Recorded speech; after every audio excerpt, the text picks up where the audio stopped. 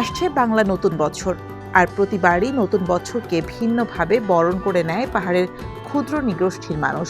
বছরকে বরণ করে নেয়ার প্রধান যে উৎসব বৈশাখী, তার সঙ্গে জড়িয়ে আছে নদী, পানি আর প্রকৃতি। এই উৎসবের আগেই নদীকে প্রাণবন্ত রাখতে খাগড়াছড়িতে ব্যতিক্রমী উদ্যোগ নিয়েছে একঝাঁক তরুণ তরুণী।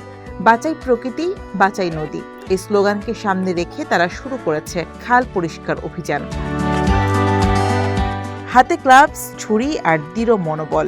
প্রায় ৬৫ জন তরুণ তরুণী নেমেছেন খাল থেকে ময়লা আবর্জনা সরাতে।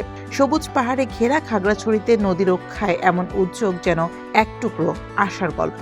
খাল বিলের আশেপাশে অনেক ময়লা থাকে, তো এটা আমরা তরুণ সমাজরা মিলে সবাই একটা গ্রুপ খুলেছি। তো ওইখানে আমরা সবাইকে উদ্বুদ্ধ করে আমরা এখানে আসছি সবাই মিলে। নদীকে যেটাকে আমরা মা হিসেবে পুজি, যেখানে আমরা এমনকি বৈশুর সময়ও আমরা এখানে আমাদের পূজা দিয়ে আমরা বৈশু স্টার্ট করি আর কি।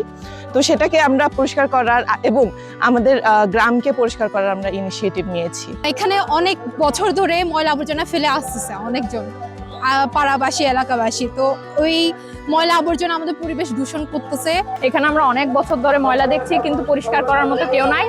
আমরা আমাদের উদ্যোগে এখানে পরিষ্কার করতে এসেছি। আমরা চাই শুধু আমরা না, আমাদের সারা বাংলাদেশের জেনজি যারা, তারা এরকম কাজে নেমে পড়ুক। শুধু পরিষ্কার পরিচ্ছন্নতা নয়, স্থানীয়দের মাঝে সচেতনতা তৈরির চেষ্টাও করছেন অংশগ্রহণকারীরা।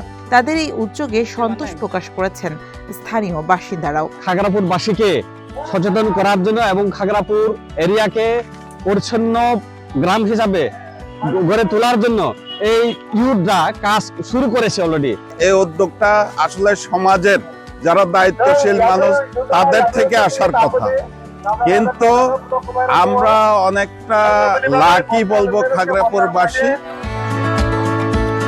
পরিবেশ রক্ষায় সম্মিলিত এই প্রয়াস খাগড়াছড়িতে এক নতুন দৃষ্টান্ত স্থাপন করেছে।